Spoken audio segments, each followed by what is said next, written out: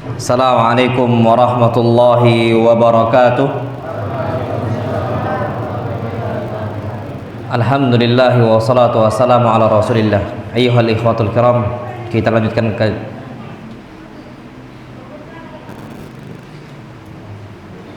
la haula wala quwwata illa billah. Ibu-ibu tolong suara, Bu.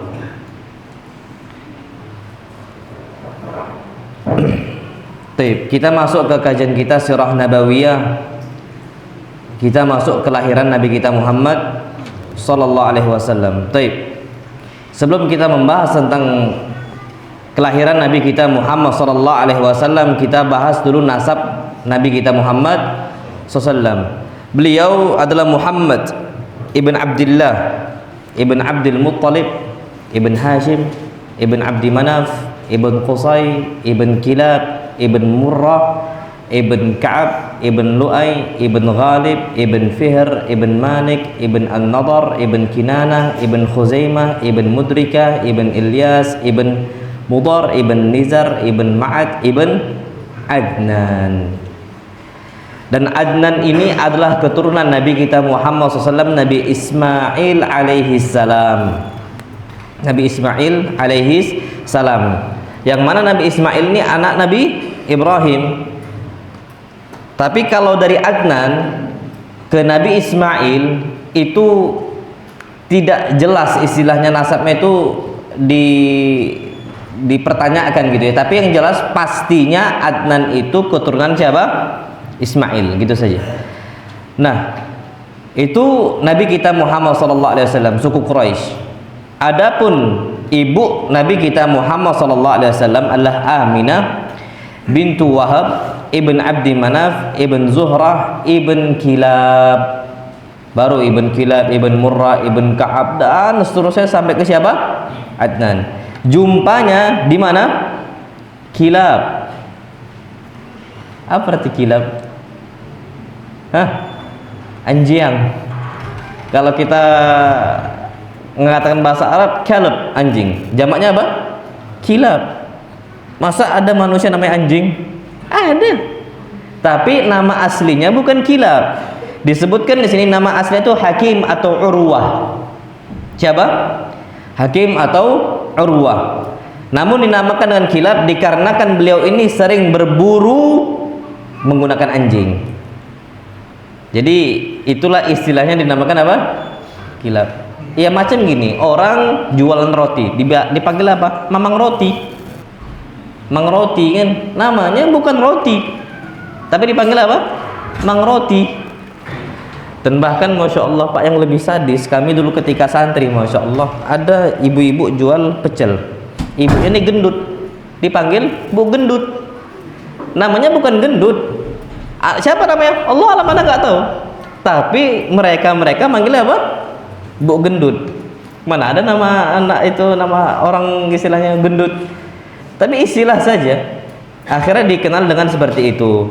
Nah, pertanyaan sekarang, boleh nggak melihara hewan untuk melihara anjing untuk berburu? Jawabannya apa? Boleh. Hadis Nabi kita Muhammad sallallahu alaihi wasallam, "Man iktana kalban illa kalba masiyatin au kalba saydin." Barang siapa yang memelihara anjing selain anjing untuk jaga hewan ternak, yang kedua anjing untuk berburu, naqasa min amalihi kulla yaumin qirat, akan berkurang pahala amal soleh dia setiap hari sebanyak 1 qirat. Masya Allah. Makanya anak itu ada kepengen melihara anjing itu. Kenapa? Domba anak makan anjing. Sampai anak akhirnya ngomong, apa kita pelihara anjing baik ya? Jadi anjing lawan anjing. Saking keselnya anak tuh sama anjing ini, na'udzubillah. Habis itu kalau seandainya domba diterkam dimakan, masih enak. Kalau domba diterkam dimakan sama dia, sedekah. Habis digigit dia, ditinggalnya. Udah, begitu, yang penting mati. Itulah makanya hewan tak berakal. Jadi kalau kita balik sini, jumpanya nasab Nabi kita Muhammad SAW, bapak Nabi kita Muhammad SAW dengan ibunya Aminah itu jumpa di mana? Kilab. Dan berarti dua-duanya adalah orang Quraisy. Dan memang Masya Allah Aminah ini nasabnya nasab yang baik. Dan memang kita diperintahkan untuk menikahi wanita-wanita yang baik apa? Nasabnya. Bahkan ini hadis Nabi kita Muhammad sallallahu alaihi wasallam, beliau bersabda, tunkahul mar'atu di arba', wanita dinikahi karena 4 hal. Limaliha, karena hartanya. Carilah wanita-wanita tajirah, wanita-wanita tajir yang kaya, banyak fulusnya. Ada fulus, mulus. Tak ada mulus, tak ada fulus apa? Kata Ustaz Ammar, tak ada fulus mampus katanya. Canda soft, canda santri. Ada fulus, mulus. Nah, insyaallah seperti itu. Dan ini kejadian sama Nabi kita Muhammad sallallahu alaihi wasallam menikah sama siapa? Khadijah. Hidup Nabi mulus, masya Allah. Limaliha. Yang kedua, walihasabiha. Wanita dinikahi karena apa? Nasabnya, keturunannya. Kenapa nasab gini, Pak? Masya Allah ya. Kita diperintahkan untuk nikah karena nasabnya. Kalau bapaknya baik, kakeknya baik, berarti keturunan dia itu lingkungannya yang apa? Baik. Maksudnya gimana gini? Mungkin tidak rumah tangga kita tidak ada pertikaian? Mustahil. Taib, biasanya yang terjadi ketika seorang anak yang sudah berumah tangga, ketika mendapati masalah problematika rumah tangga, larinya kemana? Bapak ibunya. Apa yang terjadi ketika dia melapor kepada bapaknya dan ternyata aslinya dia memang yang salah, bapaknya justru bela siapa? Anaknya. Itu kalau seandainya anaknya tidak lingkungannya tidak apa? Baik nasabnya. Makanya carilah wanita yang kita tahu bapaknya siapa. Oh, rajin ke masjid. Oh, dia ini selalu mengucapkan hak walaupun pahit. Itu masya Allah tabarakallah rahman memang kita cari. Kemudian yang ketiga, wajamaliha, karena apa? Kecantikannya. Yang keempat, ini yang paling penting, walidiniha. Carilah wanita karena apa? Agama. Jangan cari wanita istri yang baru hijrah, berat. Cari yang udah lama hijrah. Kalau yang baru hijrah itu nanti takutnya musibahnya berat. Dan itu sudah terjadi di mana-mana. Kecuali antum memang siap untuk apa? Mendidik dia. Kalau antum masih awam, ilmu agama masih rendah dan sebagainya, cari yang sudah mapan. Segi apa? Kondisi agamanya. Karena terjadi beberapa akhwat dulu awal-awal baru hijrah semangat, tiba-tiba sudah nikah, nggak lagi kajian. Sudah ditinggalkan gitu saja. Diajak sama suami, ayo dek kajian sama abang, enggak kata dia. Itu terjadi. Padahal nggak ada udzur, anaknya nggak sakit, dia sehat-sehat saja. Ngapain nonton TV? Dan ini suatu hal yang nggak baik. Nah, taib. Jadi Nabi kita Muhammad SAW nasabnya tadi dari suku apa? Quraisy. Dan kita tahu masya Allah suku Quraisy ini adalah suku yang paling terhormat di bangsa Arab. Dan bahkan pengaruhnya itu besar sekali, terkhusus di kota Mekah, suku Quraisy. Yang mana mereka ini dikenal dengan peran mereka menjaga Ka'bah. Nanti kita sebutkan insya Allah bagaimana Abraham menyerang Ka'bah. Jadi memang masya Allah tempat pusat ibadahnya orang-orang Arab ketika itu, walaupun Islam belum ada, tapi masya Allah pusat ibadahnya mereka di mana? Ka'bah. Nabi Ibrahim kan siapa yang bangun Ka'bah? Ibrahim, masya Allah. Dan mereka orang-orang Arab nih kalau mau berziarah kemana? Mekah, ke Ka'bah. Dan itu sebelum datangnya Islam atau sesudah datangnya apa? Agama Islam. Ka'bah menjadi pusat bagi mereka. Dan masya Allah suku Quraisy itu dibagi menjadi beberapa kabilah. Ada pecahan-pecahannya. Dan kabilah Nabi kita Muhammad SAW kabilah apa? Bani Hashim. Makanya terkenal dengan Ailah Hashimiyah atau Usrah Hashimiyah. Kabilah Bani Hashim. Sebenarnya kalau seandainya kita cek suku Quraisy itu berapa kabilah, banyak sekali Pak. Yang terkenal semisal Bani Hashim. Ini anak keturunan siapa? Hashim. Antum cek Muhammad ibn Abdullah ibn Abdul Muttalib ibn Hashim. Kabilah Bani Hashim. Siapa dari kabilah ini? Nabi kita Muhammad SAW. Kemudian siapa? Ali bin Abi Thalib. Ali bin Abi Thalib dari kalangan apa? Bani Hashim. Dan ini yang paling terkenal, Bani Hashim. Kemudian ada Bani Umayyah. Yang mana kabilah Bani Umayyah ini dengan adanya mereka itu terkenal nanti ceritanya dengan khalifah-khalifah yang ada pada dinasti Umayyah. Dan insya Allah subhanahu wa ta'ala kalau anak cita-cita anak udah selesai surah Nabawiyah, anak akan lanjutkan dengan kisah apa? Tarikh para khulafa, para pemegang-pemegang apa? khilafah. Insyaallah ada khilafah Abbasiyah, ada khilafah Umayyah. Dan orang-orang Bani Umayyah itu yang terkenal siapa? Abu Sufyan. Anaknya siapa? Muawiyah bin Abi Sufyan. Ada juga kabilah Bani Makhzum, juga sama dari suku yang sama, suku Quraisy. Ini dikenal dengan siapa? Orangnya, tokohnya dari Bani Makhzum, Khalid ibn Al-Walid.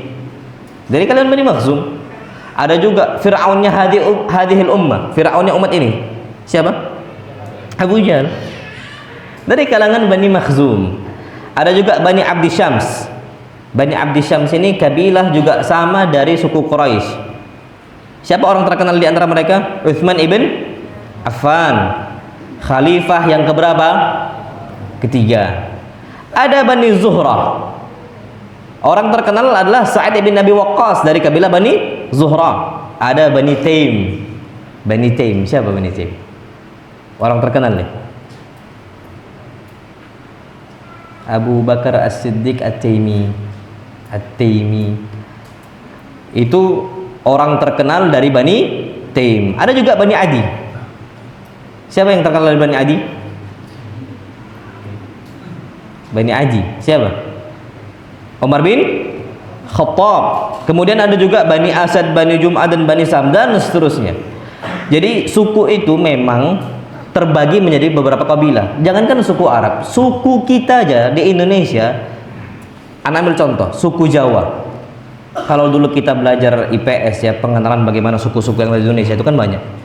Suku Jawa terpecah menjadi banyak. Anda ambil contoh, Jawa Timur, Jawa Tengah. Beda nggak? Beda. Walaupun asli mereka sama. Bahkan Sunda. Bahasa Sunda sama bahasa Jawa itu udah jauh sekali. Tapi aslinya dari satu nenek moyang yang sama seperti itu. Jadi suku Jawa itu ada beberapa kabilah. Ada Jawa Timur, Jawa Tengah, Jawa Barat, atau yang dikenal dengan suku apa? Sunda. Ada juga suku Banyumasan. Ini yang terkenal dengan ngapaknya. Laiza. Ngapak. Itu kan beda sama suku yang ada di Cirebon sana. Batak, antum cek, oh apalagi kalau Batak. Batak itu ada Batak Toba, Batak Karo, Mandailing, Batak apa lagi? Banyak. Dan nanti dari Mandailing itu kalau dipecah lagi marga-marganya ada Nasution, ada Lubis, ada apa, banyak, masya Allah. Itu suku yang dari Indonesia, Simalungun, Minangkabau, banyak. Anak punya mertua sukunya Piliang, afwan, Ali Imran Piliang, suku Piliang, Caniagu. Itu yang terkenal Caniagu. Kalau ada nama orang A belakangnya Caniagu, itu dari mana? Minang, orang Minang dia, orang Padang. Melayu juga ada, dan seterusnya. Jadi ala kulli di sini suku-suku yang ada itu biasanya terpecah lagi menjadi apa? Menjadi banyak. Nah, suku Quraisy itu juga sama, memiliki banyak kabilah yang mereka itu ada fungsinya masing-masing di kekuasaan mereka di Mekah. Itu ada. Taib, kabilah Bani Hashim ini salah satu cabang dari suku Quraisy dan dikenal dengan keluarga yang paling terhormat. Dan bahkan Nabi kita Muhammad SAW sabdakan itu sendiri. Innallaha istafa Quraisyan minal Arab. Allah mengkhususkan, memilih Quraisy dari bangsa apa? Arab. Wastafa Bani Hashim min Quraisy. Dan Allah memilih Bani Hashim dari orang-orang apa? Quraisy. Wastafani min Bani Hashim. Dan Allah Subhanahu wa taala memilih saya dari kalangan Bani Hashim. Jadi orang yang paling mulia dari semuanya, dari seluruh umat Islam, dari seluruh umat manusia, dari Adam sampai manusia terakhir, siapa? Nabi kita Muhammad sallallahu alaihi wasallam. Baik. Asal usul Bani Hashim itu diambil dari Hashim ibn Abdi Manaf, buyutnya Nabi kita Muhammad sallallahu alaihi wasallam, dan dia terkenal karena kebijaksanaannya. Perannya di suku Arab terkenal. Bahkan bagaimana dia bisa merubah kondisi sosial yang ada di Mekah di sana. Hashim yang dulunya mungkin orang-orang yang nggak baik dan sebagainya, Hashim itu bisa merubah kondisi itu. Bahkan hatta ekonomi orang-orang di Mekah itu bisa dirubah sama dia menjadi yang lebih baik. Dan masya Allah tabarakar Rahman, Bani Hashim ini ya ala kulli hal menjadi simbol kebesaran bagi orang-orang Arab di sana dan bahkan simbol kehormatan. Dihormati orang-orang Bani Hashim. Dan masya Allah tabarakar rahman, Nabi kita Muhammad sallallahu alaihi wasallam dilahirkan dari kalangan Bani Hashim. Taib, ayyuhal ikhwatul kiram. Perhatikan sedikit tentang keluarga Nabi kita Muhammad sallallahu alaihi wasallam. Beliau dikenal dari Ailah Hashimiyah, keluarga Hashimiyah, yang mana ketika itu Hashim mewarisi jabatan dan tugas yang besar sekali dari kakeknya. Berarti siapa kakeknya? Siapa kakeknya? Hashim bin Abdi Manaf bin Qusay. Ini Hashim mewariskan tugas yang besar dari kakeknya yang bernama Qusay. Apa itu? Nyediain air. Jazakallah khair.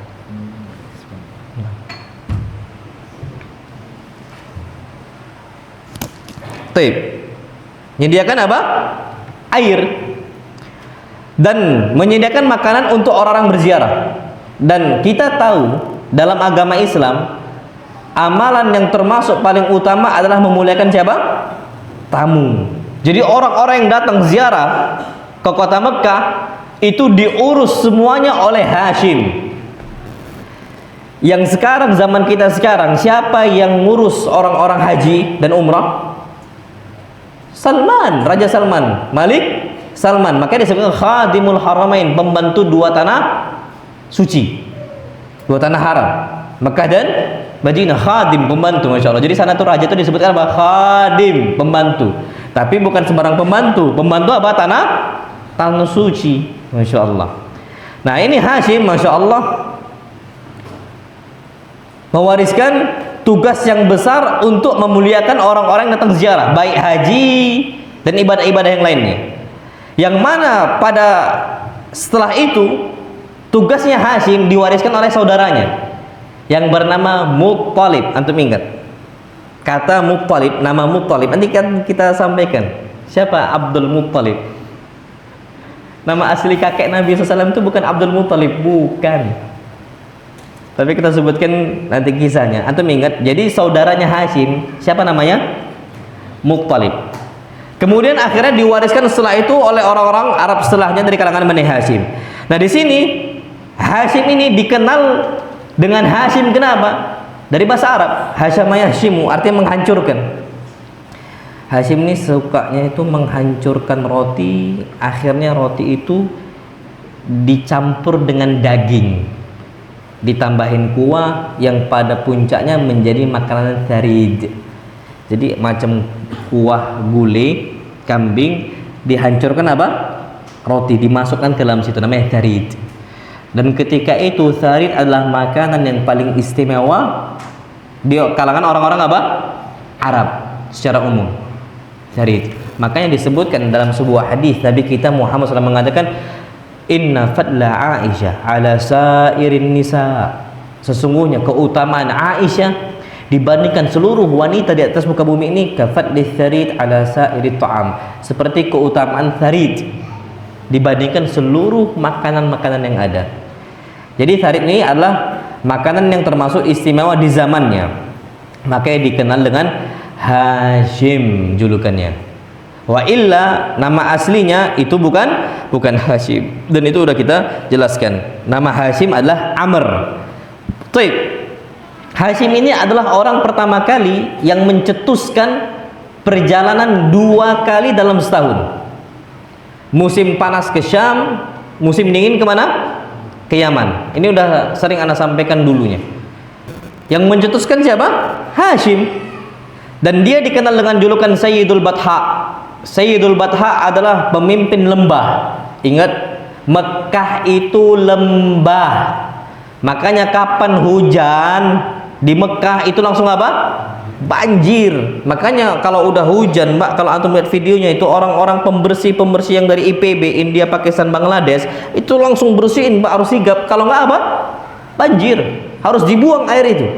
Kenapa? Karena namanya Mekah itu adalah Wad. Wad ini apa? lembah. Makanya julukannya Sayyidul Batha, tuannya pemilik lembah. Antum mungkin ingatlah dengan kasus Nabi Ibrahim meletakkan anaknya dan istrinya. Siapa nama anaknya? Ismail. Istri siapa? Hajar. Ketika meletakkan anak dan istrinya, apa kata Nabi Ibrahim alaihi salam? Rabbi inni askantu min dzurriyyati biwadin ghairi dzi zar'in inda baitikal muharram. Ya Allah, aku telah letakkan istri saya dan keturunan saya di mana? Biwad, di sebuah lembah. Ghairi dzi zar'in, yang enggak ada tanaman, enggak ada air, enggak ada hewannya. Inda baitikal muharram, di samping rumah engkau yang suci. Apakah? Ka'bah. Maka dinamakan Al-Masjidul Haram. Inda baitikal muharram. Maka yang namanya Mekah itu adalah lembah. Nah, salah satu kisah yang terkenal tentang Hashim ibn Abdi Manaf adalah perjalanannya menuju Yathrib. Yang kita kenal saat ini Yathrib dengan kota apa? Madinah. Kenapa Nabi SAW ganti nama Yathrib dengan kata Madinah? Nanti kita akan ceritakan kenapa diganti. Karena Yathrib itu singkatnya itu nggak baik artinya. Penyesalan, apa, kejelekan, itu Yathrib. Makanya antum kalau hafal surat Yusuf, apa kata Nabi Yusuf untuk saudara-saudara? La tathriba alaikumu yaum. Kalian nggak tercela habis nih. La tathrib. Makanya Yathrib itu namanya diganti dengan apa? Madinah. Taib. Jadi ketika itu Masya Allah, Hashim melakukan sebuah perjalanan ke kota Madinah yang mana tujuannya untuk perdagangan, bisnis. Makanya orang Quraisy yang ada di Mekah itu berbeda tipikalnya dengan orang-orang Madinah. Orang Quraisy ini sifatnya apa? Orang-orang Mekah agak keras sedikit dibandingkan orang-orang apa? Madinah, lembut. Beda Pak, antum kalau umroh, semisal kita umroh 12 hari, antum tinggallah di Mekah, antum tinggal di mana? Perhatikan betul bagaimana akhlak orang-orang Mekah sama akhlak orang-orang apa? Madinah. Kalau di Mekah itu Pak, ya Allahu Akbar, susah diatur. Bahkan yang diatur tuh kadang-kadang orang mereka, tapi udah kondisi susah dari dulu memang. Orang Madinah kalau kita bilang ya haj, tarik ya haj, atau semisal dipanggil ya hajjah atau hajjiyah kan gitu, mereka langsung minggir. Madinah, Mekah, ampun, disuruh minggir pun tak minggir-minggir kadang-kadang. Maka ini berbeda Pak, dan ini kita bisa jumpai orang petani sama orang pedagang yang mudah diatur siapa? Petani lebih lembut, perhatikanlah di mana-mana. Tapi kalau orang pedagang pebisnis agak susah diatur. Nah, Quraisy yang di sini Hashim itu melakukan apa? Perjalanan dari Mekah menuju Yathrib. Ketika itu Masya Allah Tabarakallah Rahman, rangkanya itu adalah Mekah, Madinah, pada puncaknya kemana? Syam. Tapi kalau antum lihat peta, coba antum perhatikan, yang namanya Madinah itu terletak di tengah-tengah antara Mekah sama apa? Syam. Syam sekarang itu yang kita kenal dengan beberapa negara pecahan, semisal Suriah, Urdun, Yordania, kemudian Filistin, Palestina, kemudian Lebanon, Libanon. Macam sekarang Uni Soviet itu kan terpecah menjadi banyak negara. Ada Rusia, ada mungkin apa, Uzbekistan mungkin Anda nggak tahu. Itu hal-hal pecahan-pecahan yang banyak sekali di Uni Soviet. Nah, Syam juga sama, yang sekarang tergabung di beberapa negara. Tapi tujuannya itulah negara Syam. Tapi kalau mau ke Syam, mau nggak mau lewatin kota apa? Madinah. Itulah yang terjadi pada perang Badar.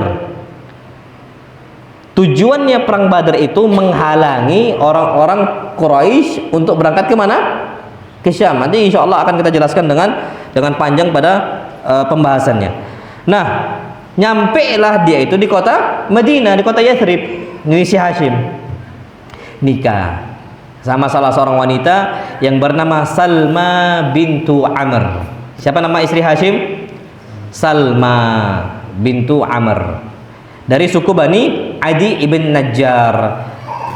Tinggal di sana habis pernikahan itu beberapa lama, beberapa waktu, kemudian melanjutkan lagi Hashim ini ke Syam. Ketika berangkat, ternyata si Salma ini ngandung anak. Mengandung apa? Anak.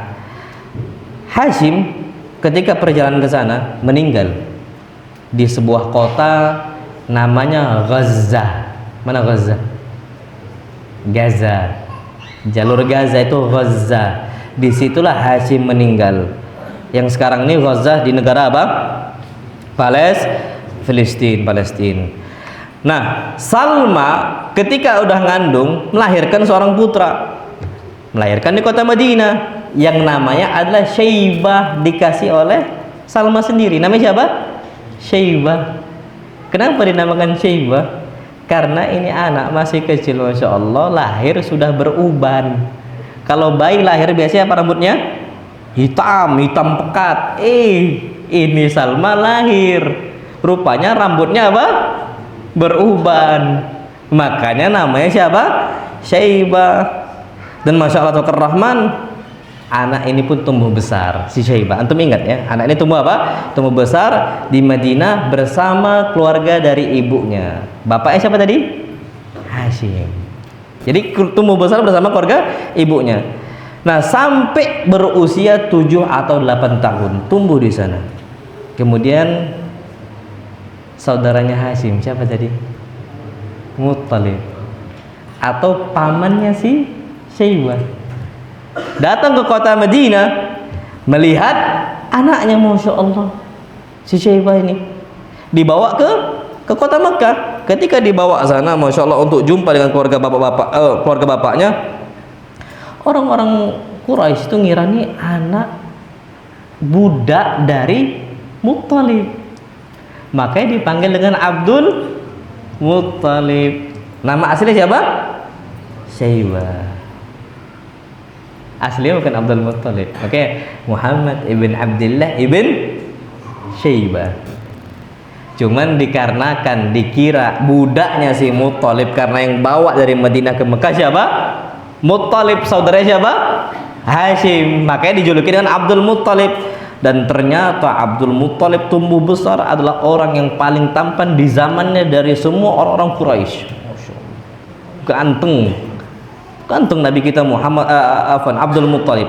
Dan bahkan orang yang paling berwibawa di zamannya siapa? Abdul Muttalib.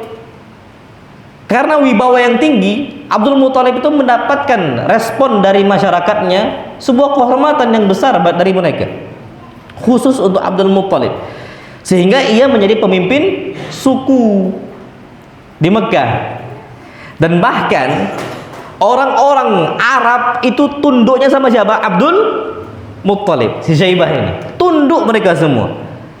Dan Abdul Muttalib ini sifatnya disebut oleh para ulama terkenal dengan orang yang murah hati, tawadhu, nggak suka meninggi, enggak, dan bahkan dermawan. Makanya julukan Abdul Muttalib itu Fayyad. Fayyad tuh banjir dengan hartanya. Fayyad, ngasih. Kalau antum punya anak, namakan aja Fayyad. Fayyad apa artinya? Dermawan, suka ngasih. Fayyad. Antum tahu, Masya Allah, yang dikasih makan oleh Abdul Muttalib itu bukan manusia saja, bukan, sampai binatang buasnya dikasih makan sama Abdul Muttalib. Makanya orang-orang Arab itu sampai sekarang itu melihara hewan buas. Antum tahu kan kondisi orang Arab melihara singa? Hidup di mana? Di rumah. Itu kebiasaan udah ada zaman dulu. Dan bahkan mereka ini, Masya Allah, berburu singa. Hamzah itu kapan berburu hewan, bukan kancil, bukan rusa, tapi apa? Singa Hamzah. Bayangkan, anak buru singa, singanya senyum. Santapan ini, calon ini, kata singa. Tapi Hamzah lah, yang dia buru adalah apa? Singa. Jadi suka ngasih orang miskin, hatta binatang buasnya, hatta Masya Allah burung-burungnya yang ada di kota Mekah, yang ngasih makan siapa? Si Fayyad ini, Abdul Muttalib atau namanya Syaibah. Sehingga dia diberikan julukan dengan Mut'imun Nas, orang yang suka ngasih makan manusia. Mut'im, Masya Allah, itu gelarnya Abdul Muttalib. Taib. Kisah Abdul Muttalib yang terkenal yang lain itu apa? Ketika dia menggali sumur Zam-Zam. Yang mana sumber Zam-Zam ketika itu terkubur hilang, jejaknya nggak ketahuan. Yang nemukan siapa? Abdul Muttalib. Kisahnya, kenapa bisa hilang jejak? Padahal airnya itu melimpah ruah loh Zam-Zam. Kok bisa hilang jejak? Nggak tahu di mana letaknya. Jadi dulu itu memang sengaja dihilangkan. Bayangkan, masya Allah. Siapa, suku mana yang hilangkan? Suku Jurhum namanya. Suku Jurhum ini adalah orang-orang yang meneruskan kepemimpinannya Ismail di kota Mekkah. Jurhum. Jadi ala kulli hal, Jurhum ketika itu mereka lah yang memerintah di kota Mekkah. Setelah Nabi Ismail alaihi salam, mereka yang menjaga air Zam-Zam tadi, sumurnya mereka yang jaga. Karena kita tahu yang namanya Mekah itu kering kerontang, tiba-tiba ada air, ini sesuatu hal yang masya Allah karunia sekali gitu loh. Kemuliaan dari Allah Subhanahu wa taala dijaga. Dan yang jaga itu siapa? Sepeninggal Nabi Ismail, suku Jurhum. Taib. Akhirnya mereka lah yang menguasai Mekah. Ketika mereka berkuasa, mereka menyalahgunakan kekuasaan mereka dengan cara apa? Korup. Tidaklah ada negara yang rusak kecuali sebabnya pemimpin mereka apa? Korup. Dan ini terjadi pada suku Jurhum. Yang pada puncaknya akhirnya banyak orang-orang yang nggak suka sama suku Jurhum. Dimulailah dicetuskan oleh suku Khuza'ah. Suku Khuza'ah ini datang untuk menyerang suku Jurhum tadi. Terusirlah suku Jurhum dari kota Mekkah. Ketika terusir, suku Jurhum pun mengutus beberapa orang. Akhirnya mereka menetapkan sebuah pilihan agar yang namanya sumur Zam-Zam tadi ditutup, dikubur dalam-dalam. Kenapa? Dengki, hasad. Jangan sampai ada pun satu pun manusia yang merasakan nikmatnya air Zam-Zam. Ya Allah, Pak. Dosa pertama yang terjadi di surga, dosa apa? Hasad. Ketika iblis hasad sama Nabi Adam, ana khairun minhu khalaqtani min narin wa khalaqtahu min tin. Ya Allah, gimana aku mau sujud untuk syirik untuk dia? Engkau ciptakan aku dari api dan engkau ciptakan ia dari apa? Tanah. Ana khairun minhu, aku lebih baik daripada dia. Turunlah akhirnya siapa? Iblis keluar. Dan dengan dosa Nabi Adam sendiri turunlah Nabi Adam. Nabi Adam sama Hawa punya anak namanya Qabil dan Habil. Terjadilah pembunuhan. Pembunuhan pertama kali terjadi sebabnya apa? Dosa pertama di surga hasad, dosa pertama di bumi apa? Hasad. Dan masya Allah, Pak, bayangkan bertahun-tahun hilang jejaknya Zam-Zam, nggak bisa dinikmati gara-gara suku Jurhum hasad sama yang lain. Karena mereka ini terusir. Jadi mereka berharap sudah nggak boleh ada yang merasakan itu. Bahkan masya Allah, karena mereka yakin bakal terusir, barang-barang mereka dikubur di dalam sumur apa? Zam-Zam tadi, biar nggak bisa dipakai sama orang. Kalau kita diserang, harta milik kita jadi apa? Ghanimah, rampasan perang. Ini suku Jurhum, gimana orang-orang nggak bisa mendapatkan harta-harta mereka, dikubur juga, Pak, bayangkan. Jadi sama-sama tidak bisa menikmati. Setelah dikubur dan dikuburnya dengan bebatuan dan tanah, terjadilah manusia akhirnya lupa dengan sumber Zam-Zam. Generasi yang ada setelah mereka tidak mengingat apa sumber Zam-Zam, bahkan lokasi pastinya pun tidak ketahuan. Bahkan masya Allah, sumur Zam-Zam ini menjadi suatu hal yang dilupakan. Sudah, untuk apa dicari? Tapi masya Allah, walaupun sumur Zam-Zam dilupakan, Ka'bah tetap tidak dilupakan. Tetap orang-orang itu datang menuju Mekah untuk bisa melihat Ka'bah. Walaupun air Zam-Zam, sumur Zam-Zam sudah dilupakan, tapi enggak. Ka'bah tetap Allah Subhanahu wa taala muliakan. Ayyuhal ikhwatul kiram, setelah beberapa abad lewat, barulah Abdul Muttalib, kakek dari Nabi kita Muhammad sallallahu alaihi wasallam, mimpi. mimpi menemui sumur Zam-Zam. Dan bahkan di mimpi ini dikasih tahu secara detail di mana lokasinya. Yang mana di mimpi ini juga Abdul Muthalib diperintahkan untuk menggali di sumur. Mimpi itu disuruh untuk gali apa? Sumur tadi. Dan Masya Allah Rahman, akhirnya dia pun berusaha untuk mengikuti petunjuk mimpi tadi. Dia berusaha menggali, walaupun orang-orang Quraisy ketika itu pada nggak setuju, bahkan murka sama Abdul Muthalib. Kenapa? Ketika gali tanah, ada tanah-tanah mereka yang mereka nggak mau dirusak. Makanya banyak orang membenci Abdul Muthalib. Makanya nanti kita ceritakan kenapa namanya Abdullah. Bapaknya siapa? Nabi Muhammad, disebutkan dengan Zabih. Zabih ini adalah manusia yang bakal disembelih. Nanti kita sebutkan. Puncaknya, sebabnya itu gara-gara Abdul Muthalib dilarang untuk menggali tanah mencari sumur apa? Zam-Zam. Orang-orang Quraisy pada nggak suka. Orang Quraisy. Tapi tetap Abdul Muthalib itu berusaha melaksanakan apa yang dia lihat dalam mimpi dia. Dan Masya Allah Rahman, yang pada akhirnya ketemulah di mana lokasi Zam-Zam tadi, dan manfaatnya itu dirasakan oleh seluruh umat manusia. Taib. Ayo ikhwatul kiram. Di masa Abdul Muthalib juga azan. Taib, azan dulu. Kita lanjutkan pada azan. Fadhal.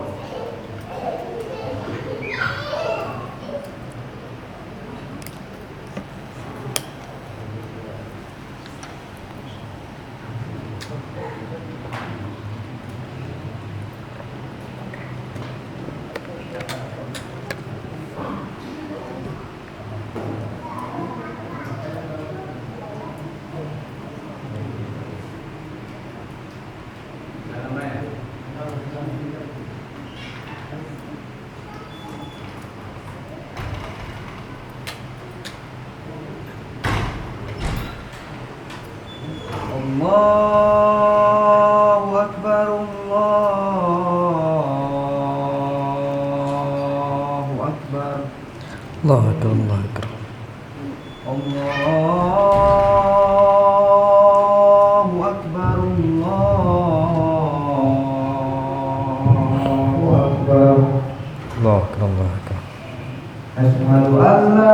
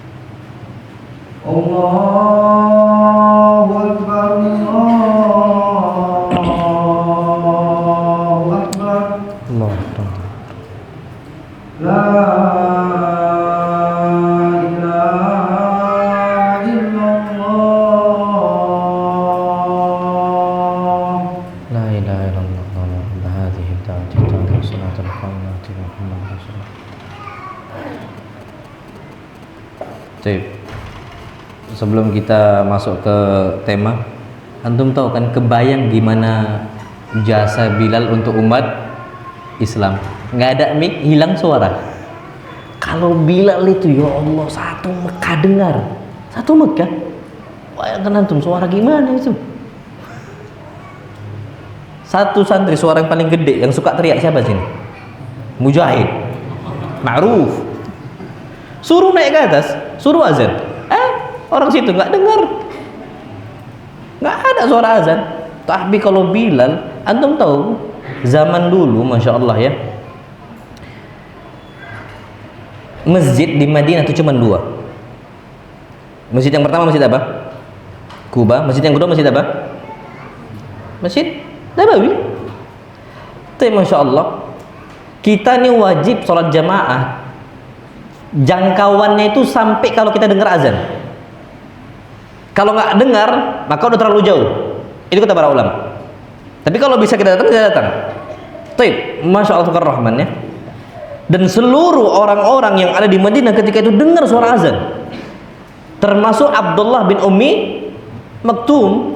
Kisah yang ma'ruf terkenal, ya Rasulullah innani a'ma wala ahad yakuduni ilal masjid. Aku ini orang buta, nggak ada satupun yang bawa saya ke masjid, dan di sana ada sibak kada disebut ada hewan buas, ada ini ada itu. Aku orang buta, meminta izin untuk sholat di mana?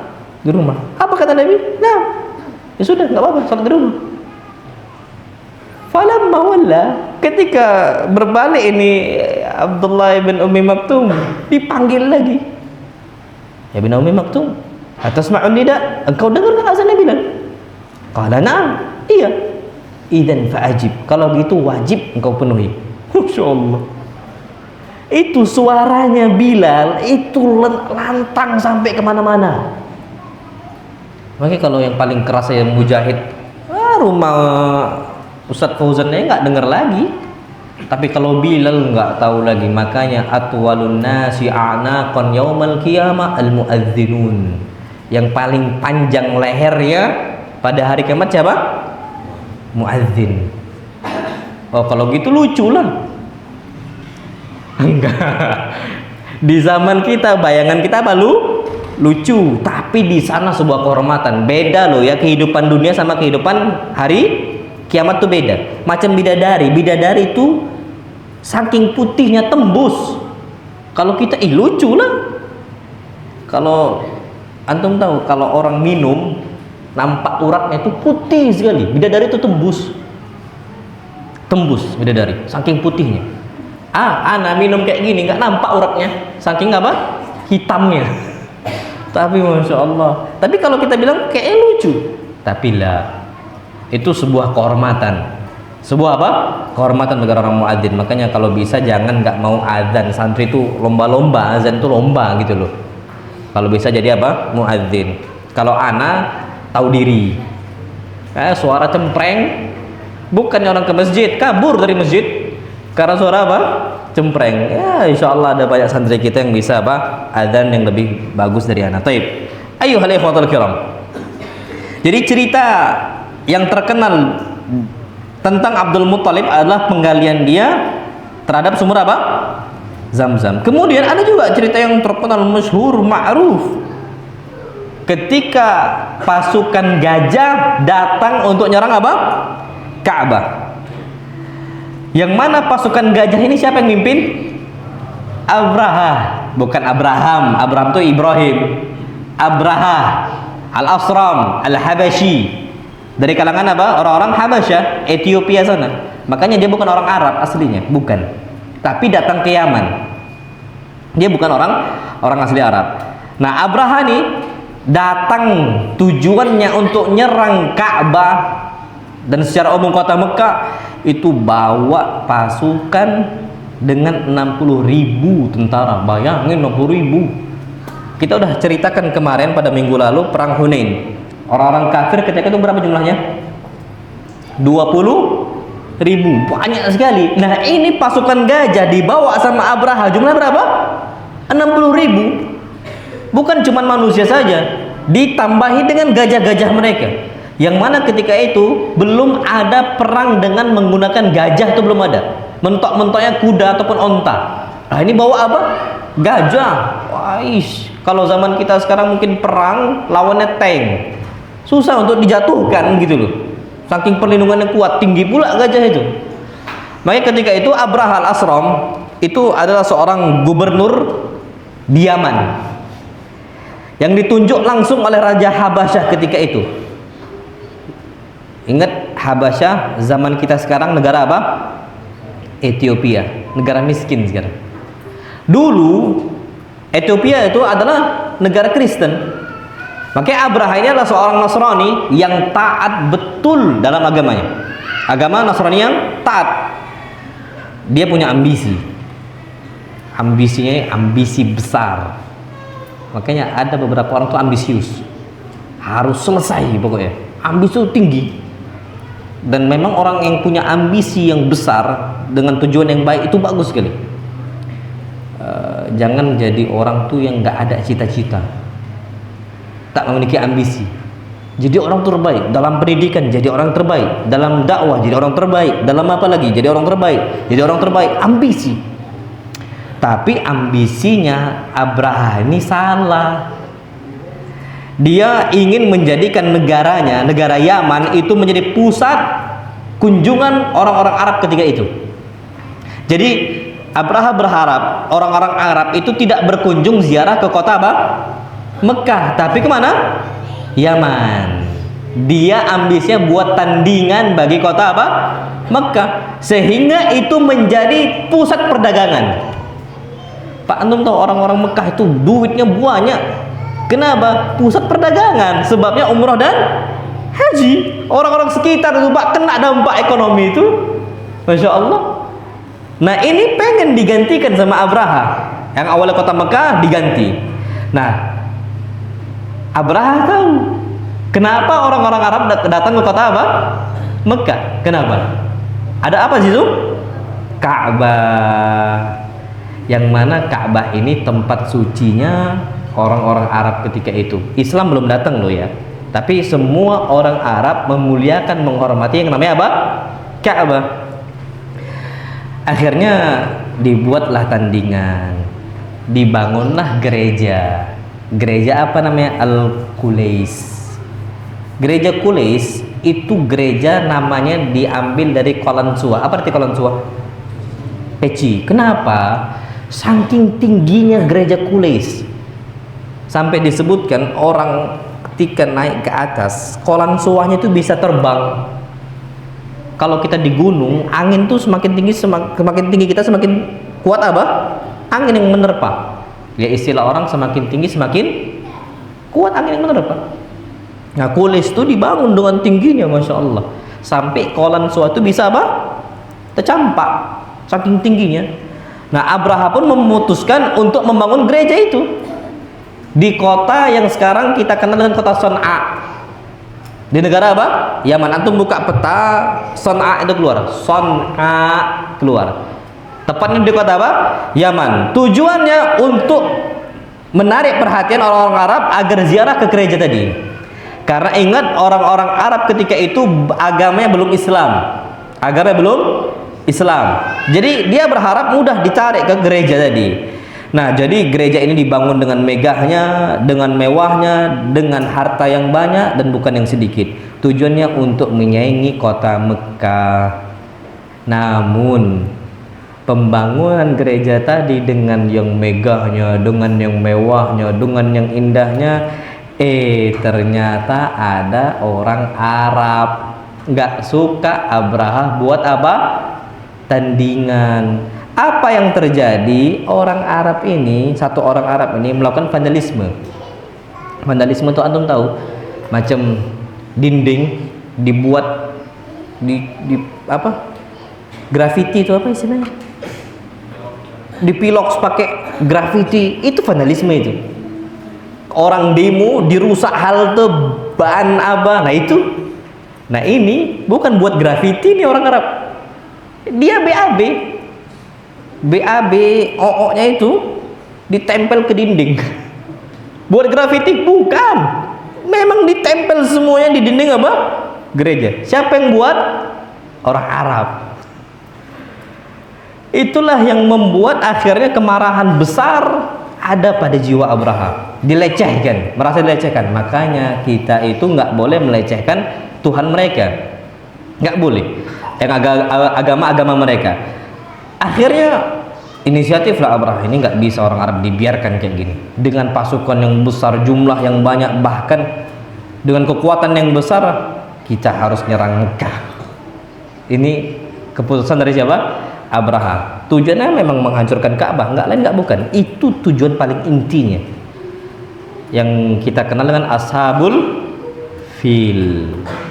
Taib, disiapkanlah pasukan gajah yang terdiri dari 60.000 tentara, sitina alf minal juyush, dengan dibawa beberapa ekor gajah, yang mana Masya Allah Rahman, gajah ini bukan gajah-gajah kecil, gajah-gajah apa?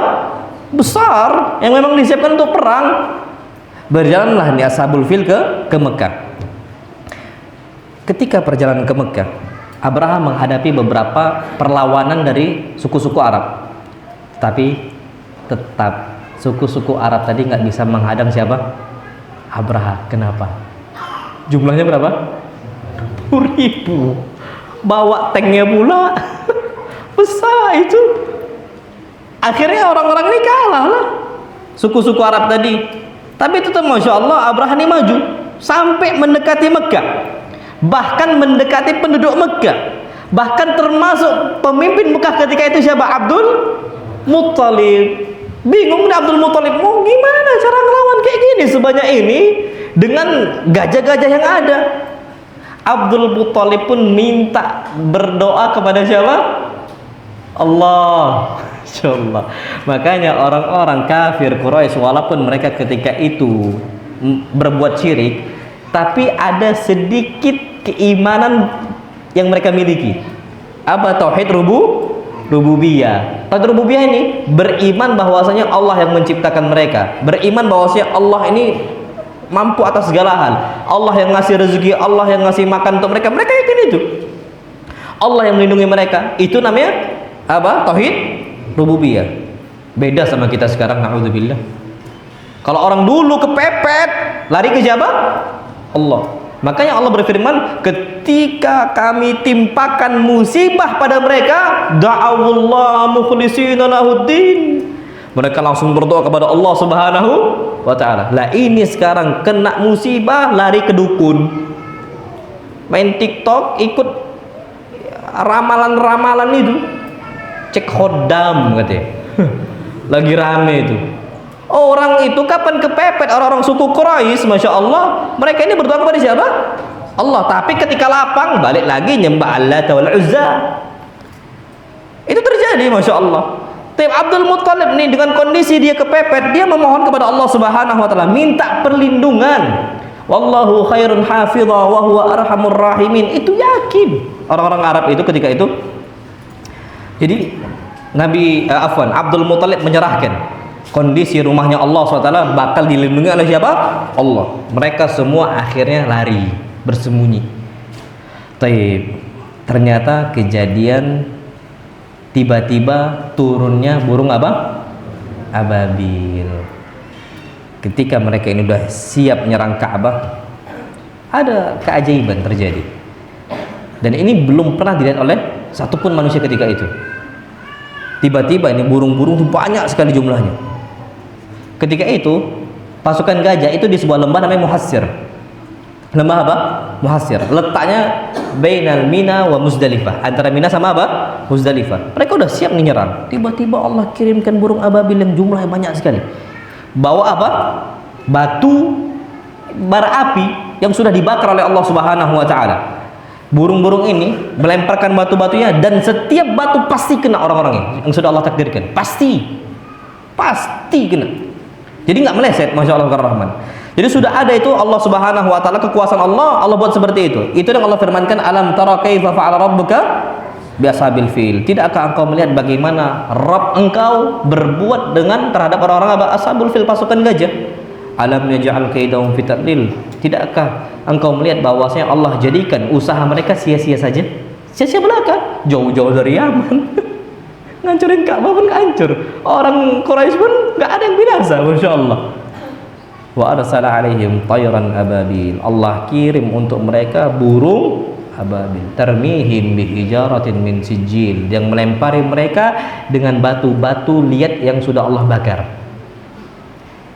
Faja'alahum ka'asfim ma'kul, yang Allah jadikan mereka ini seperti daun-daun yang dimakan ulat.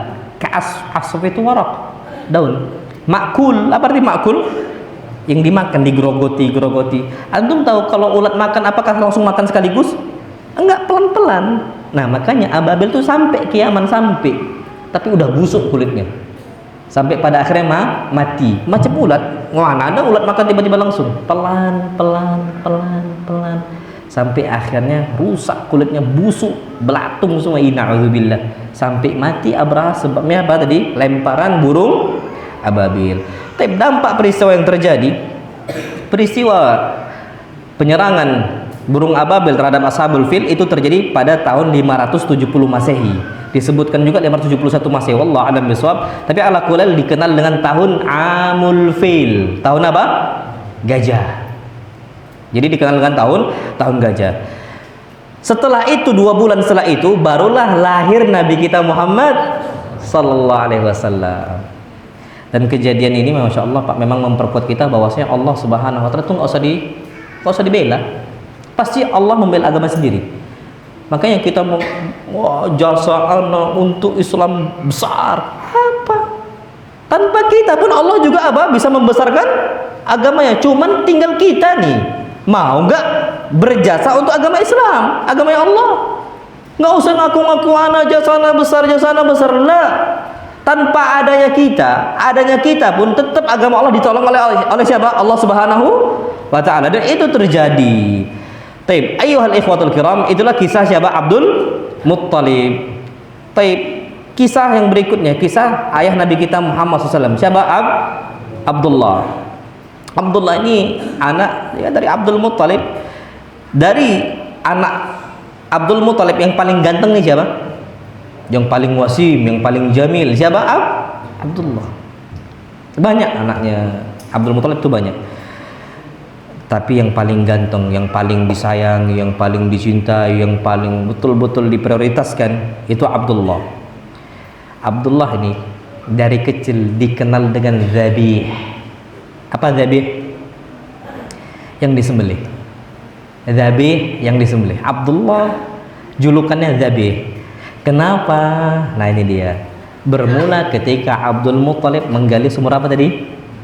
Zam-zam.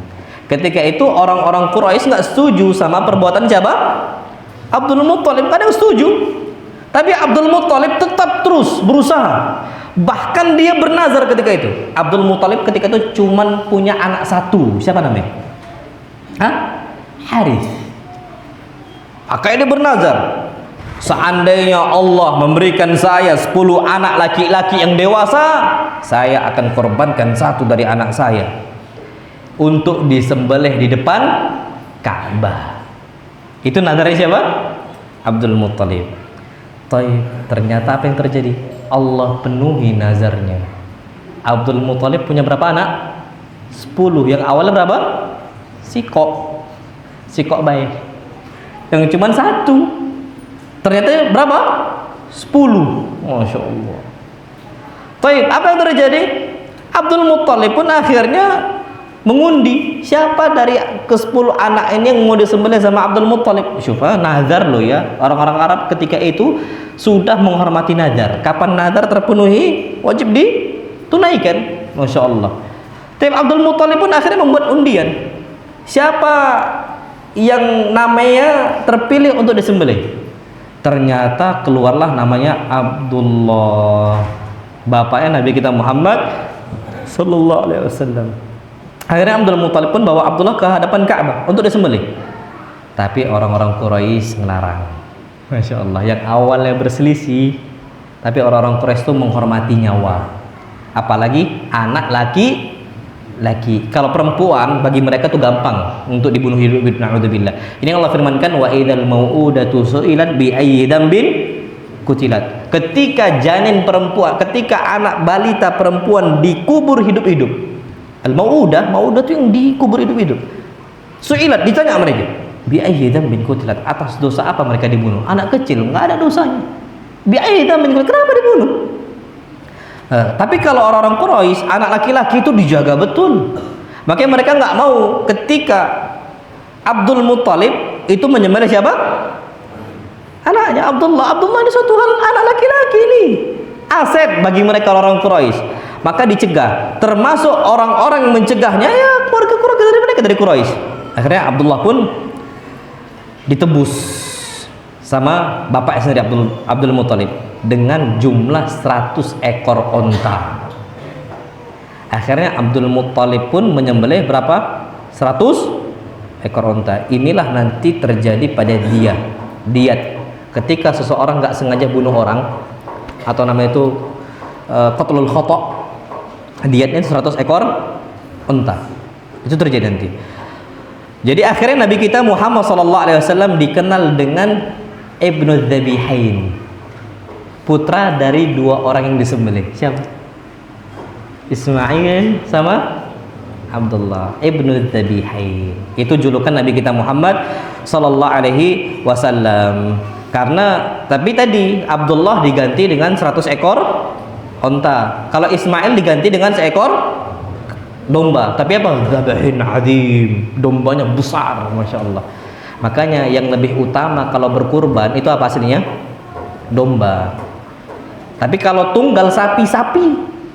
Kalau tunggal onta. Tapi kalau bagi 7 sama 1 ekor kambing, yang lebih utama apa kata para ulama? Kambing. Karena memang Nabi kita Muhammad SAW selalu domba. Selalu apa? Domba. Tapi kalau sendiri onta. Kalau sendiri sapi. Itu yang paling utama. Baru kambing, baru 7 ekor onta, baru 7 ekor sapi. Itu kata para ulama. Wallahu alam bissawab. Setelah itu akhirnya masya Allah Abdul Muttalib pun mengirim Abdullah untuk perjalanan menuju Syam. Ingat, orang-orang Quraisy kerjaan mereka melakukan perjalanan jauh, imma ke Syam, imma ke Yaman. Ini yang Allah firmankan li'ila fi Quraisy ila fihim rihlatash syita'i was saif. Musim syita dan musim saif, musim panas, musim dingin. Tadi kita katakan musim dingin kemana? Yaman. Musim panas kemana? Ke Syam. Itu terkenal. Nah, Abdul Muttalib akhirnya memerintahkan Abdullah untuk berangkat nih ke Syam untuk berdagang. Sampai di sana masya Allah ternyata Abdullah wafat di kota Madinah ketika pulang dari Syam. Jadi udah selesai nih hajat Abdullah untuk berdagang di Syam, pulang tiba-tiba di kota Madinah meninggal dan dimakamkan di rumah Nabiqah Az-Zubyani. Ini ma'ruf, Nabiqah Az-Zubyani. Dan ini terjadi sebelum Nabi kita Muhammad SAW lahir. Jadi Nabi belum lahir udah tidak ada apa? Bapaknya. Makanya antum kalau mau cari musibah, cobaan yang paling berat Nabi kita Muhammad SAW dari kecil loh ya, belum ada bapak, nggak ada bapak, gimana coba? Makanya Allah firmankan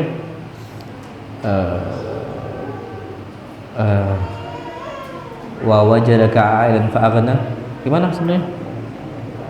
Yatiman fa'awa gimana? Alam yajidka yatiman fa'awa. Masya Allah. Wahai Muhammad, tidakkah Allah Subhanahu wa ta'ala mendapati engkau dalam kondisi yatim? Fa'awa. Siapa yang naungi? Allah Subhanahu wa ta'ala, langsung Allah yang naungin, masya Allah. Makanya anak-anak yatim, Pak, walaupun kita nggak membantu mereka, pasti mereka hidup. Siapa yang naungi mereka? Allah. Tinggal mau nggak kita ambil bagian itu. Sedangkan Nabi mengatakan ana wa kafilul yatim kahatin. Saya sama orang yang nanggung hidupnya anak yatim ini seperti gini. Kahatin, seperti ini. Pada hari kiamat nempel, Pak, berarti samping Nabi, pas samping Nabi. Oke, kalau antum mau cari anak yatim, kasih makan berapa paling habis? Kasih makan sudah. Cari anak yatim mana. Antum jumpai imsah ra'sal yatim, kahatin. Dekat dengan Nabi kita Muhammad sallallahu alaihi wasallam. Baik. Jadi ala kulli di situ Nabi kita Muhammad sallallahu alaihi wasallam sudah kondisi yatim ketika beliau masih janin di perut apa? Ibunya Aminah. Baik, kemudian barulah lahir Nabi kita Muhammad sallallahu alaihi wasallam di lembah Bani Hashim di kota Mekah hari Senin. Pasti hari Senin, sepakat para ulama. Tanggalnya tanggal berapa?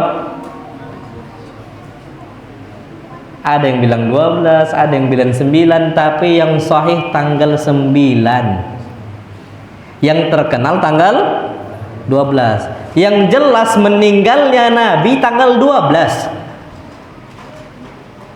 Nah, ana takutnya orang-orang yang merayakan di tanggal 12 itu bukan merayakan lahirnya Nabi, tapi merayakan kematian Nabi sallallahu alaihi wasallam. Mungkin Nabi sallallahu alaihi wasallam itu disamarkan kelahirannya kapan? Dan itu udah hikmah Allah Subhanahu wa taala. Tapi yang sahih itu tanggal 9, pastinya hari Senin. Kalau kita mau merayakan hari lahir Nabi kita Muhammad merayakan sebagaimana beliau rayakan dengan puasa Senin. Itu puasa hari Senin. Apa kata Nabi kita SAW? Dzalika yaumun wulidtu fi. Di hari itu aku lahir. Merayakannya dengan apa? Puasa. Ini dirayakan dengan makan. Nabi SAW merayakan dengan puasa, nggak makan. Nah, maka wa khairul huda huda nabiyina Muhammad. Sebaik-baik petunjuk adalah petunjuk Nabi kita Muhammad sallallahu alaihi wasallam. Nah, jadi tanggal 9 Rabiul Awal, dan itu dikenal dengan tahun apa? Gajah. Kalau hitungan Masehi itu tepatnya pada 22 April tahun 571 Masehi. Nanggung gini kalau kita nggak lanjut. Sikit lagi ya. Sikit. Anda minta waktu antum sikit aja. Sikit Pak ya. Nggak apa-apa, bismillah. Karena kok kayaknya taib sikit aja. Bidan yang merawat Nabi kita Muhammad sallallahu alaihi wasallam saat lahir itu adalah Syifa bintu Amr. Bidan yang merawat dari kecil Nabi SAW ketika lahir namanya Syifa bintu Amr. Siapa dia? Ibunya sahabat yang kaya, masya Allah. Siapa? Kenapa? Abdurrahman ibn Auf. Jadi Syifa ini, masya Allah, ibunya Abdurrahman ibn Auf yang merawat Nabi kita SAW, bidannya, dan bahkan merawat ketika Nabi SAW masih bayi. Dan ketika itu semua orang melihat ketika Nabi keluar, ini cahaya itu keluar dari jasadnya, dari tubuhnya ibunya Nabi kita Muhammad SAW, sampai menerangi istana-istana yang ada di Syam. Itu keajaiban yang terjadi ketika Nabi kita Muhammad SAW lahir. Nah, kemudian ibunya pun akhirnya mengirimkan pesan kepada kakek Nabi kita SAW, maksudnya mertuanya. Siapa tadi? Abdul Muttalib. Ketika itu, masya Allah, langsung datang Abdul Muttalib saking senangnya dengan kelahiran cucunya. Masya Allah, saking senangnya dibawa langsung masuk ke dalam Ka'bah. Wallahil adzim. Ana mau nanya sekarang, siapa dari kita masuk ke Ka'bah? Nggak ada. Pak, nggak sembarang orang bisa masuk ke Ka'bah, itu nggak sembarang orang. Orang-orang khusus. Jokowi pernah masuk? Pernah. Dibawa sama pemerintahan yang ada di Saudi. Nggak sembarang, Pak. Orang-orang besar yang masuk ke situ. Masya Allah. Nabi kita Muhammad SAW lahir, yang pertama kali dilakukan oleh Abdul Muttalib, bawa Nabi SAW digendong masuk ke dalam Ka'bah. Di situ Abdul Muttalib bersyukur kepada Allah Subhanahu wa taala, bahkan berdoa kepada Allah dan ngasih nama, sebuah nama yang orang-orang Arab nggak pernah kasih nama anak itu kepada anaknya, nggak pernah. Apa? Muhammad. Orang Arab ketika itu nggak ada namanya Muhammad. Yang pertama kali ngasih Muhammad untuk cucunya, untuk anaknya, Abdul Muttalib kepada Nabi kita Muhammad SAW. Sekarang Pak, nama yang termasuk paling banyak nama apa? Muhammad Abdurrahman. Ana Muhammad Abdurrahman. Walhamdulillah walillahil hamd. Muhammad. Sekarang banyak nama Muhammad. Kenapa? Berharap Nabi kita Muhammad SAW orang yang terpuji gimana pun kondisinya. Abdul Muttalib ini ya mungkin ada firasat dengan kondisi seperti apa, melihat musibah yang ada, lahir tanpa ada ayah, dengan kondisi yang sulit dan sebagainya, dinamakan Muhammad. Betul Pak, kondisi yang berubah-berubah untuk Nabi kita SAW, sifat beliau nggak berubah. Pada puncaknya apa kata Allah? Wa innaka la'ala khuluqin adzim. Engkau akhlaknya tinggi sekali, mulia. Bahkan dicela sama istrinya Abu Lahab. Istrinya Abu Lahab, mudammaman abaina wa amrahu asaina. Itu ma'ruf, mudammam Muhammad diganti mudammam, orang terhina dina. Bayangkan Pak antum. Tapi Muhammad apakah marah? Enggak, diam aja dia. Nabi kita SAW Muhammad, orang terpuji. Nah, Abdul Muttalib ketika itu nak ngasih nama Muhammad. Kemudian setelah itu lakukan akikah di hari yang ketujuh. Hari keberapa? Ketujuh. Dia nyembelih hewan dan juga mengkhitan Nabi kita Muhammad SAW di hari yang sama. Hari keberapa? Ketujuh. Akhirnya sesuai adat tradisi Arab ketika itu ngasih makan untuk orang-orang yang ada di sekitarnya. Itu tadi bidannya. Pengasuhnya siapa? Ummu Aiman. Ummu Aiman. Itu Ummu Aiman itu kunyah. Nama aslinya itu Barakah Al-Habasyiyah. Al-Barakah Al-Habasyiyah. Seorang budak yang dimiliki oleh bapaknya sendiri. Siapa? Abdullah. Jadi Abdullah ini punya budak namanya Ummu Aiman. Dan Ummu Aiman ini Masya Allah Pak, besar pahalanya, jasanya untuk Islam itu besar. Ummu Aiman ini budak dari Abdullah. Tapi ketika Abdullah sudah meninggal, ternyata istrinya Abdullah Aminah punya anak, yakni Nabi kita Muhammad SAW, yang membantu Aminah siapa? Ummu Aiman. Dan gak cukup sampai situ Pak, Allah Subhanahu wa Ta'ala takdirkan Ummu Aiman memeluk agama Islam. Dibela terus Pak Nabi kita Muhammad SAW sampai ikut berhijrah. Masya Allah, Ummu Aiman ikut berhijrah. Bahkan Masya Allah Pak, meninggal setelah Nabi SAW meninggal. Sempurna dia merasakan bagaimana Islam itu sempurna. Sampai Rasul meninggal, baru 5 bulan setelahnya atau 6 bulan Ummu Aiman apa? Meninggal. Pak, itu keutamaan yang besar sekali Pak. Dari kecil beliau sallallahu alaihi wasallam, belum Nabi sudah dirawat sama Ummu Aiman sampai tua Nabi kita Muhammad sallallahu alaihi wasallam. Bagaimana Ummu Aiman perhatian besar kepada Nabi kita Muhammad sallallahu alaihi wasallam. Enggak nyangka Pak, Ummu Aiman itu yang dia rawat jadi apa? Nabi. Taib, masa menyusui. Masuk. Masuk. Fatah, masuk enggak? Lanjut gini. Fatahnya lanjut Pak. Lanjut sikit ya. Sikit. Berapa menit? Sampai 15 ya. Tapi sikit Pak. Kita lanjut. Masa menyusui. Orang pertama yang nyusui Nabi kita SAW siapa? Siapa? Thuwaibah. Yang pertama siapa? Thuwaibah. Thuwaibah ini Pak, Masya Allah, budak perempuan yang dimiliki oleh siapa? Pamannya. Yang menjadi musuh terbesar bagi Nabi kita SAW. Siapa? Abu Lahab. Insya Allah. Ternyata Thuwaibah ini itu adalah orang yang pertama kali nyusui Nabi kita Muhammad SAW. Yang mana ketika itu Thuwaibah juga nyusui anaknya yang bernama Masruh. Jadi satu waktu dia nyusui Masruh, di waktu yang sama dia menyusui apa? Nabi kita Muhammad SAW. Sebelum Nabi kita Muhammad SAW disusui oleh Thuwaibah, Thuwaibah juga menyusui siapa? Pamannya Nabi kita SAW. Siapa? Hamzah. Makanya Hamzah ini memiliki kekerabatan yang dekat sekali dengan Nabi kita Muhammad SAW. Yang mana disebutkan beliau ammun Nabi. Yang kedua apa?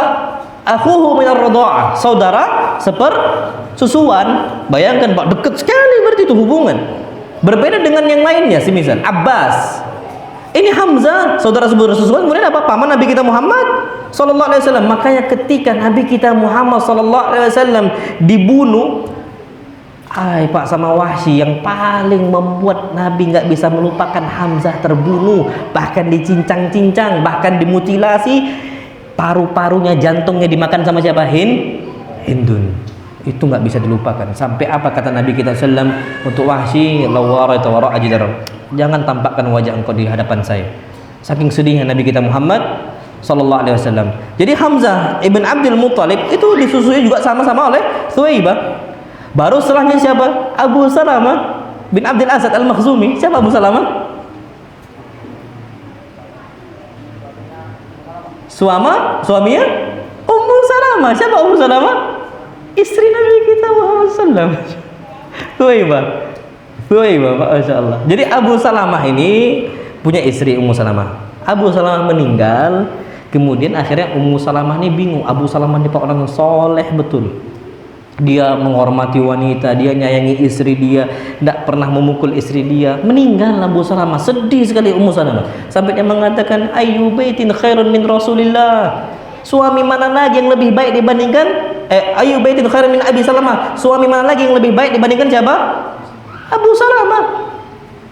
Tapi apa kata Ummu Salamah? Tapi saya teringat dengan sebuah hadis Nabi kita sallam, barang siapa yang ditimpakan oleh Allah dengan sebuah musibah, kemudian dia berdoa, inna lillahi wa inna ilaihi raji'un, Allahumma ajurni fi musibati wa akhlif li khairan minha, illa akhlafahu Allah tabaraka wa ta'ala khairan minha. Kecuali Allah pasti ganti dengan yang lebih baik. Hilang motor, doa itu Pak, dapat mobil. Kenapa kita tak dapat mobil? Mungkin tak pernah doa itu. Tiba-tiba motornya rusak, mogok dan sebagainya. Kadang-kadang Pak, motor mogok, ditendang motornya.